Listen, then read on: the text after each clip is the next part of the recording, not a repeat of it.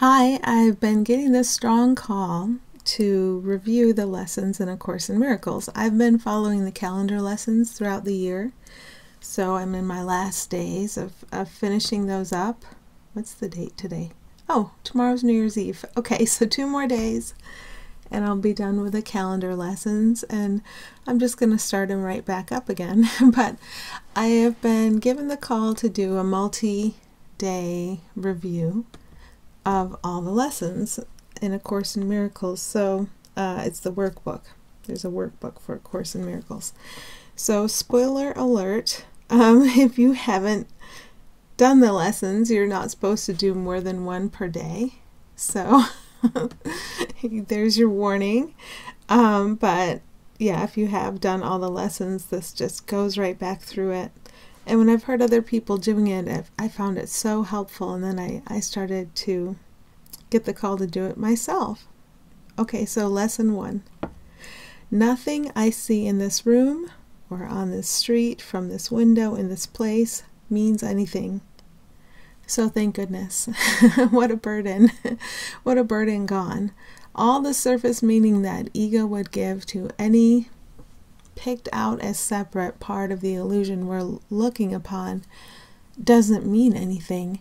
And I don't have to fuss about it. I don't have to organize my life around it. I don't have to effort around it, because none of it's real.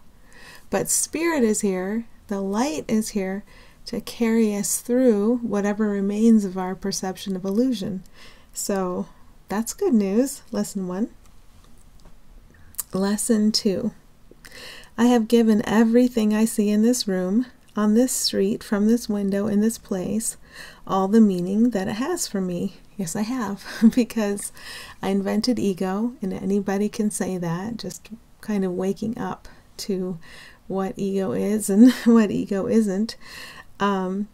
So I have invented ego, and so I've subscribed to ego's thought streaming service, and it's up to me whether or not to believe the thoughts that ego sends me. So what does ego send me? Thoughts about it picks out separate things from the illusion I'm experiencing, and then it gives those separate things meaning and value and power, either especially for certain characters or certain things and situations, or especially against. So yeah, I am the one mind, so are you, and we give power to whatever aspect of ego we're looking on. And it's all our power, it's all our shared power. Okay, I do not understand anything I see in this room, on this street, from this window, in this place. That's true, it's not understandable because it's not real. But whatever needs to be understood, Spirit understands it. So it's kind of the evolution of my total dependence on Spirit. Do I still believe that I need to defensively analyze and interpret every separate aspect of the illusion I bump into? I sure do, and I can feel it, but I've allowed so much of it to fall apart that I am into that relaxing phase of if I bump into my defensiveness, my trying to hold the apparent meaning of the illusion together, I can also relax out of it. Okay, lesson 4. These thoughts do not mean anything. They are like the things I see in this room, on this street, from this window, in this place. Ego's thoughts do not mean anything, and they needn't trouble me or anyone else. Ego thoughts, when I believe them, make the illusion I'm experiencing, but Spirit's thoughts also make the illusion I'm experiencing. So as my allegiance changes, then I start to experience an alignment with a happy dream. But ego's thoughts, all the thoughts it sends about seemingly separate aspects of time and space or anything sensory, it's just the thoughts ego sends me, and I can be fooled by them or not. It's always my choice. I am never upset for the reason I think. Yeah, because I cannot have us upset without it being about some aspect of the illusion I made, which is not real. So at the root of it all, is the idea that I believe I created something that fights and could ultimately destroy God. I'm trying to destroy or block out my Father or my Creator or my parent or whatever it is from what I spring. I'm trying to destroy that and having allegiance to this illusion. But this illusion can't overpower what is the only power there is without end and what is fully shared with all of us. It can't do that. It can pretend to, for as long as I allow it to pretend to do that. So I'm never upset because something went wrong in the life I experience here. I'm upset because I think I've done something terribly wrong and I'm probably going to be punished, and I'm expecting that punishment at any moment, and the illusion I made keeps acting out that punishment upon different characters or upon me in different ways. That's why I'm upset. That's the base root thought of the ego, that I have done this and it's real and it's offended God. So I'm not upset about those other things. Those are just reasons the ego has given me, and I believed them. Any reason I think I'm upset today or annoyed or irritated or tired, it's not really that. It's something, I'm using the idea of that thing to cover up the reason I'm really upset. I am upset because I see something that is not there. Yeah.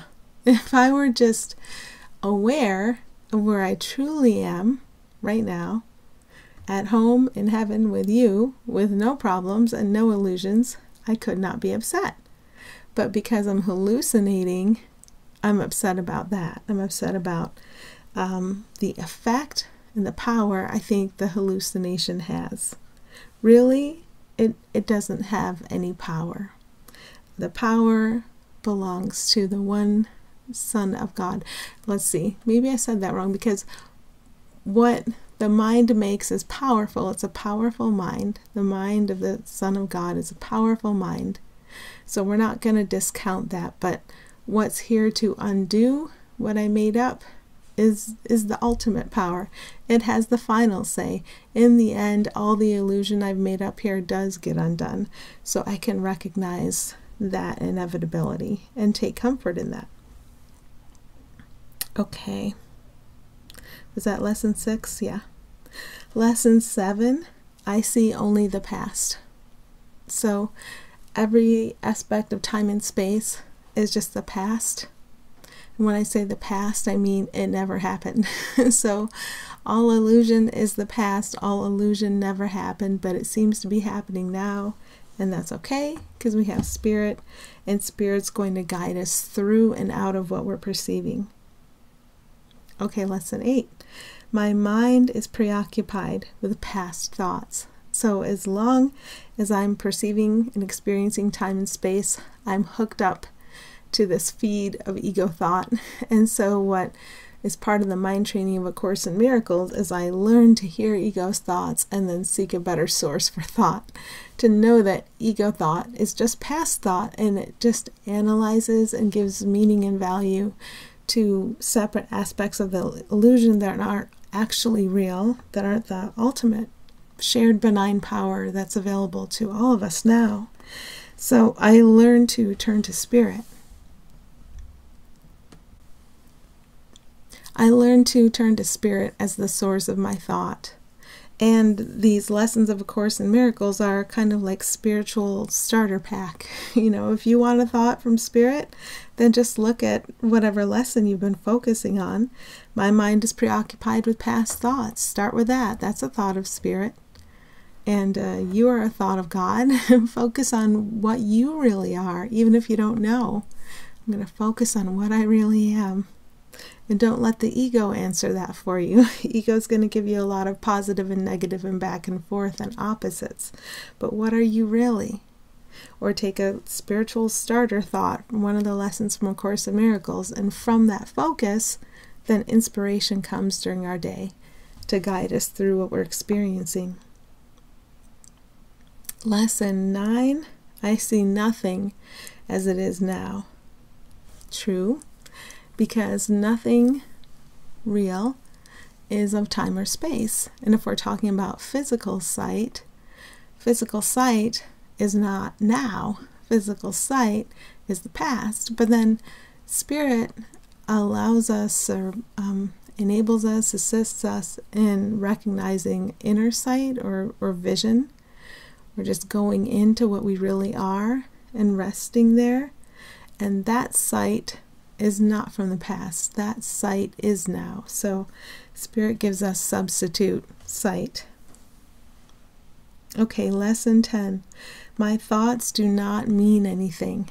So if I'm saying my thoughts is the thoughts I invented, ego thoughts, they seem to mean a lot. They seem to mean many separate and different and opposing things, but they don't mean anything.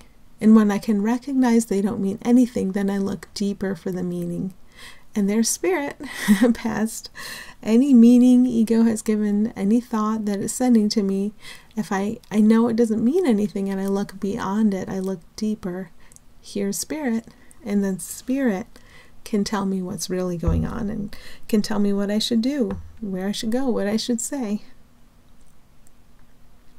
Lesson 11. My meaningless thoughts are showing me a meaningless world.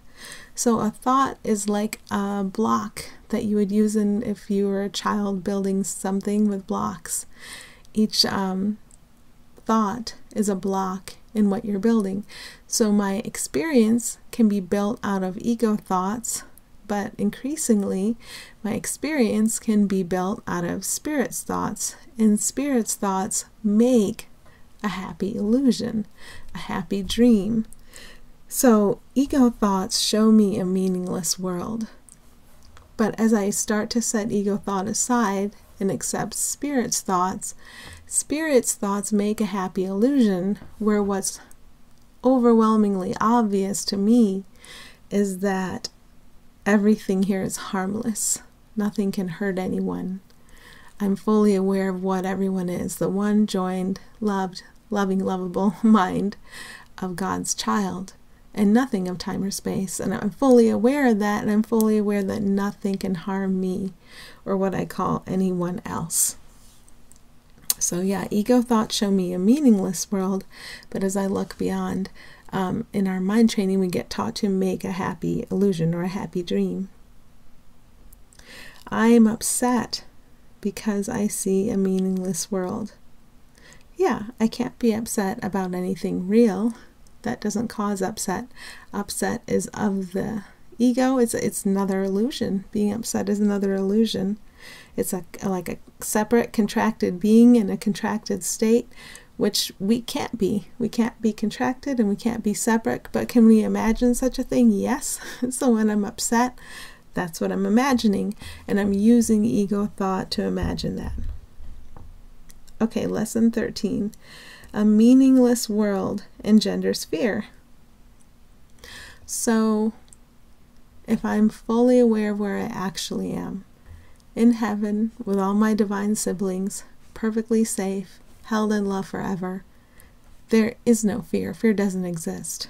Fear is illusion.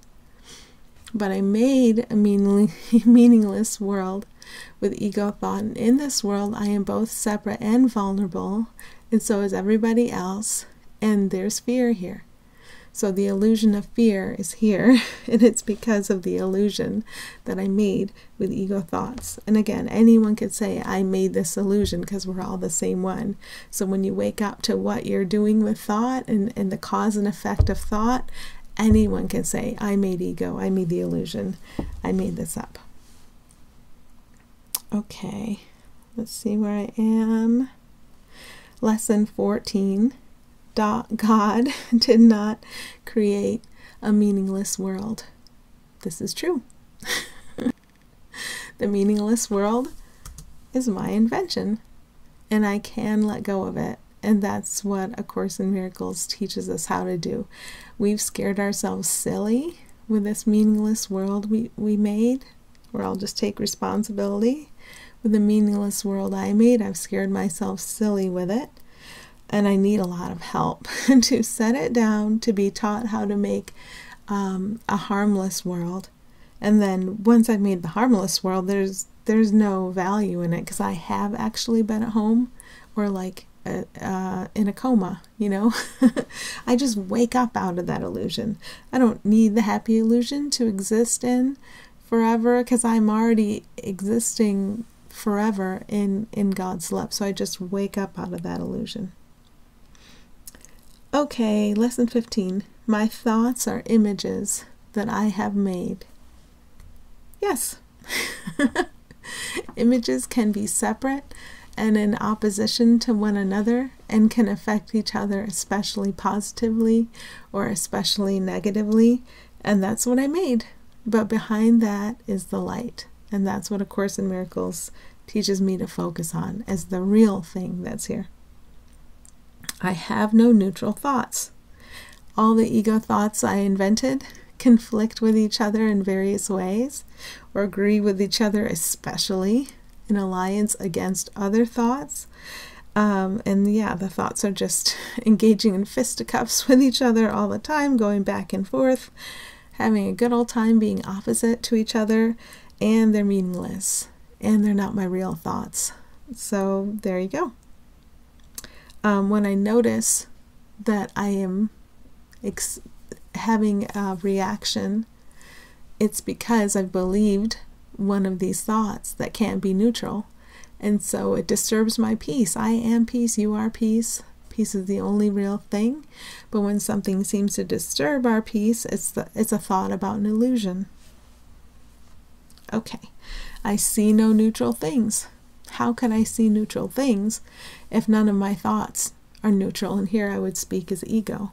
All of my thoughts as ego are not neutral, so nothing I see can be neutral, so there's no peace for me. There's no rest for me as ego, as the separated one, striving for its separate life with a destiny of death, in competition and conflict with all the other ones it sees as other, or needing to make special alliances because of threat and vulnerability with ones it sees as other. Yeah, it's a whole big mess. So believing ego thoughts, I can't see anything neutral. Okay, lesson 18.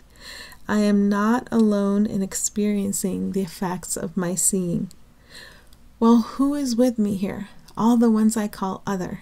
But they are me. There is one mind.